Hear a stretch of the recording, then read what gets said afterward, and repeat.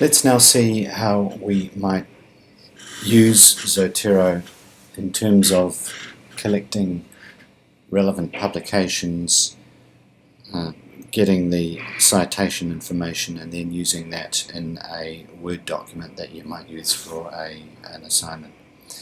The first thing that I find is really important, especially when you've got quite a number of documents, is to think carefully about how you're going to arrange the folders in your Juris M library.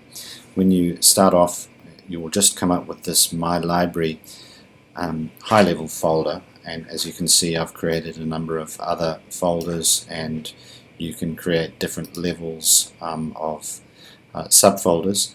So let's go to My Library, and I'll create what's called a new collection. I'll just call this test folder, which will be, it's ordered alphabetically, so that's now the test folder. The one that is highlighted in blue is the active one.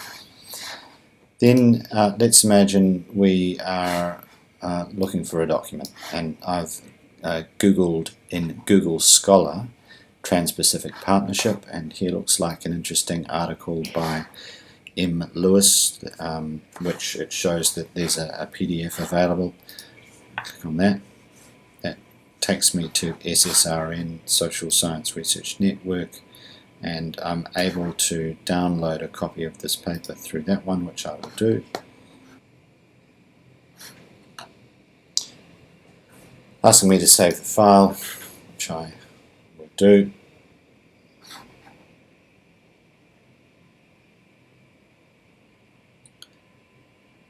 And after a bit of a time, that blue arrow tells me that the SSRN document is there.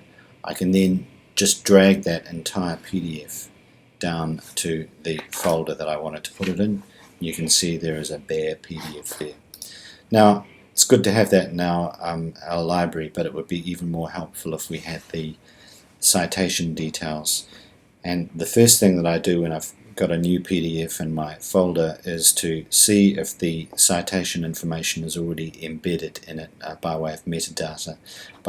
I do that by highlighting the document and then right-clicking, and that will give you the option of retrieve metadata for the PDF.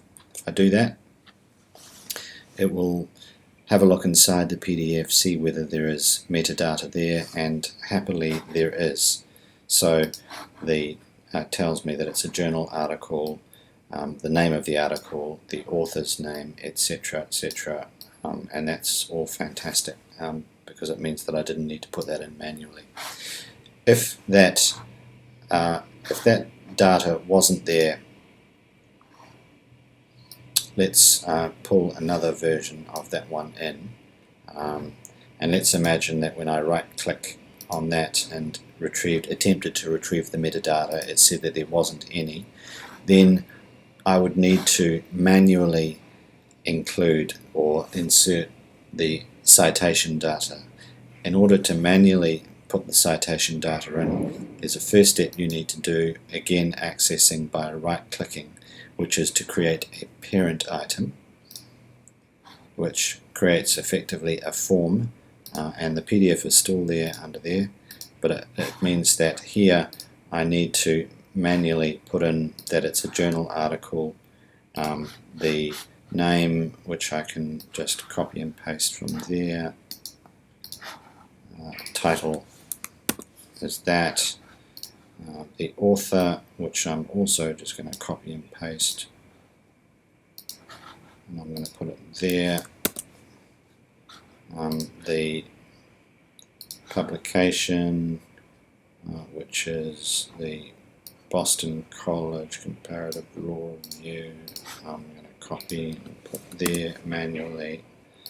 I'm going to leave the abstract one free.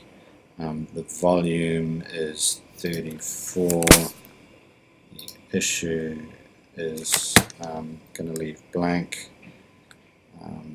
It's on page 27. It's 2011.